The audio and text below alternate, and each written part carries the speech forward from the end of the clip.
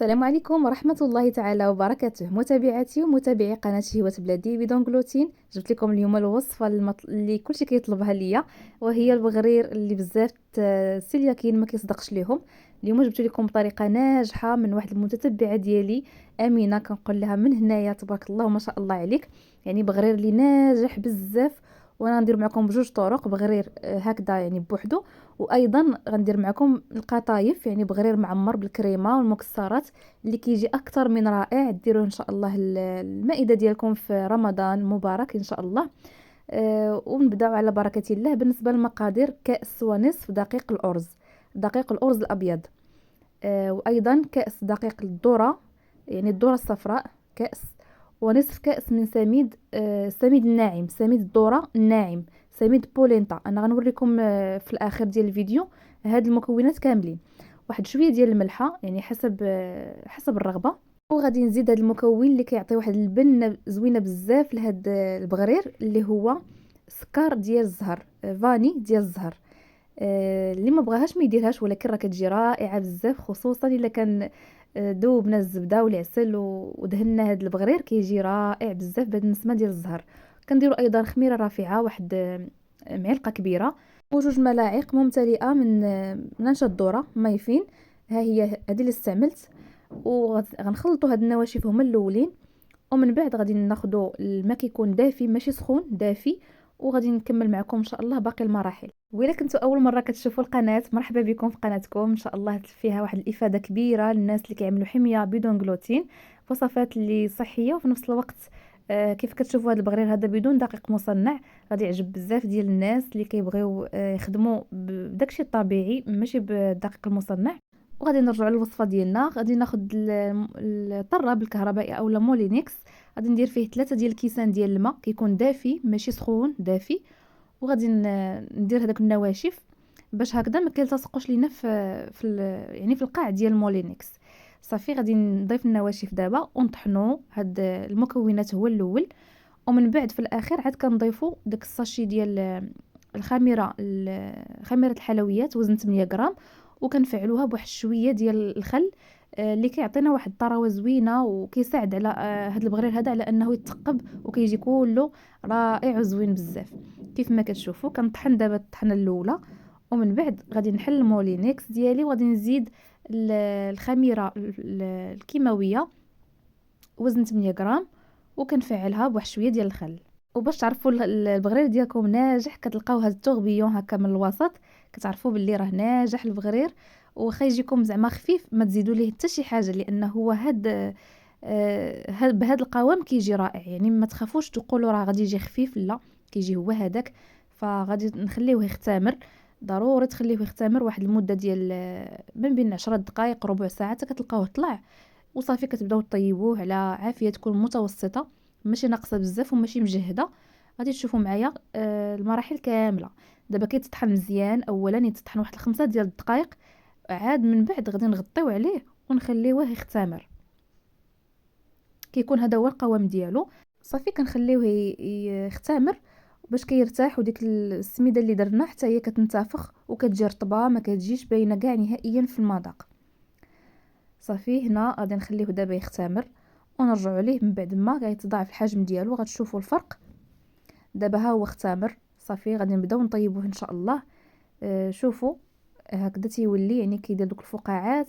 حاولوا تحركوه مزيان وعاد تبداو طيبوا. المقله كتكون سخونه، من الاحسن تكون شي نوعيه زوينه ديال المقله. وانا خدمت في هذه الطفال. وصافي كنبدا ندير واحد يعني على حسب كيفاش بغيتوه كبير اولا صغير، كتعملوا القياس اللي بغيتو. وكنخليوه تبارك الله تيجي كله مثقب. دابا هذه اول وحده وشوفوا كيفاش جات مثقبه، ومن بعد التالي اللي كيجيو موراها كيجيو كلهم احسن من الاولى. سبحان الله البغرير هو هذا. يعني واخا بنفس الطريقه بنفس المكونات، ولكن هذيك الاولى سبحان الله ما كتجيش بحال التاليين.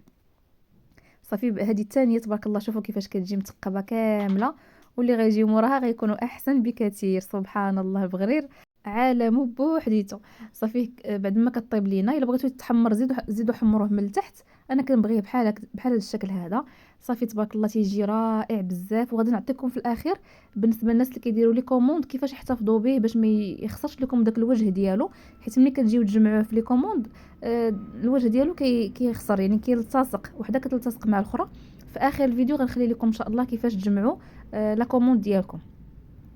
صافي كيف كتشوفوا تيجي رائع بغرير اللي ناجح بزاف، وان شاء الله تجربوه وينال اعجابكم.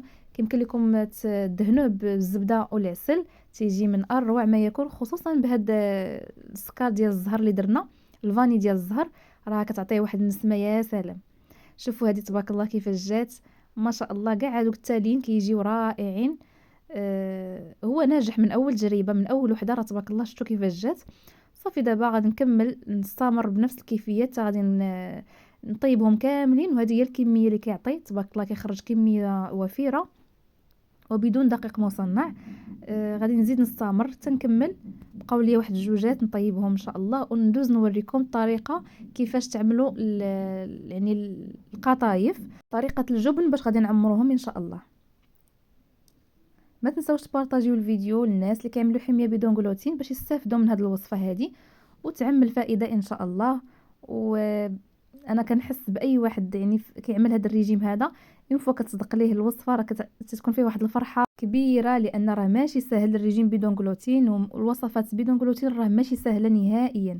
دابا غادي ان شاء الله بعد ما كملنا غنوريكم كيفاش تجمعوه. بالنسبه للناس اللي كيديروا لي كوموند ما تحطوش وحده فوق وحده، راه كتفسد.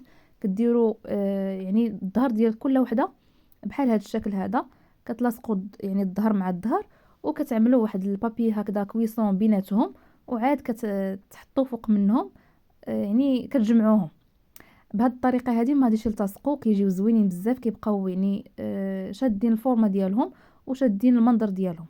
وبالنسبه للكريمه ديال القطايف باش غادي نعمروهم، كندير هنايا كريم هولالا راه خاليه من الجلوتين، فيها 200 غرام، هذه 200 مليلتر عفوا. غادي نطربوها مزيان، كتكون بعدا في المجمد حتى كتبرد لينا مزيان، عاد كنطلعوها. كنديروا معها واحد 3 ديال الجبن كيري، كيعطيو مذاق زوين، عفوا كيعطيو واحد المذاق رائع لهاد الكريمه هذه، الملح مع الحلو. وغادي نضيف بعد ما غنطرب هذا الجبن هذا كيولي لنا بحال الماسكاربون، كيولي ثقيل. غنضيف واحد شويه ديال روح الزهر، انا من عشاق الزهر، كيعطي واحد المذاق زوين بزاف البغرير. وبزاف الوصفات يعني كنخدم به بزاف الوصفات هاد صراحه هاد الزهر. وغادي نضيف هنا المكسرات اللي نتوما كتبغيو. درت شويه الكركاع، شويه الكاجو، شويه ديال الفستق، ولي بيبيت شوكولا. صافي كنحمرهم وكنطحنهم، كنهرمشهم ماشي مطحونين بزاف. الا بغيتو تطحنوهم تيوليو بودر فممكن باش يجيوكم ساهلين يعني في الاكل ديالهم. صافي كنهز واحد الكميه بحال هكذا، وكنعمر هذوك القطايف ديالي، دوك البغيريرات الصغيورين، وكنسدهم من الجناب تيجيو ساهلين. الا ما بغاوش يتسدوا لكم، في حاله ما الا نشف لكم البغرير وما بغاش يتسد، فكتديروا واحد شويه ديال الفرماج هكذا في الجوانب، وكتسدوا هذاك القطايف على هذا الشكل هذا. كنزينوهم من الفوق بشويه ديال الفستق اولا البيستاش، وايضا شويه ديال اللوز ايفيلي اللي حمرته. وكندير لهم هنا واحد شويه ديال السيرو اللي كنتكون محضراه من قبل، فيه غير السكر والماء، وكنخليه حتى كيغلي مزيان مع واحد طرونش ديال الحامض، كنخليه حتى كيغلي مزيان. وكندير معاه في الاخير واحد شويه ديال الزهر، وتنقدموا الوصفه ديالنا بالصحه والعافيه. كنتمنى ان شاء الله ينال اعجابكم هذا الفيديو هذا.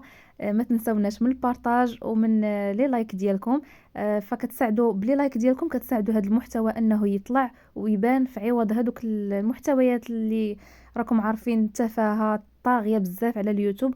كنتمنى ان شاء الله تنال اعجابكم الوصفه. الى فيديو قادم ان شاء الله، دمتم في رعايه الله، والسلام عليكم ورحمه الله تعالى وبركاته.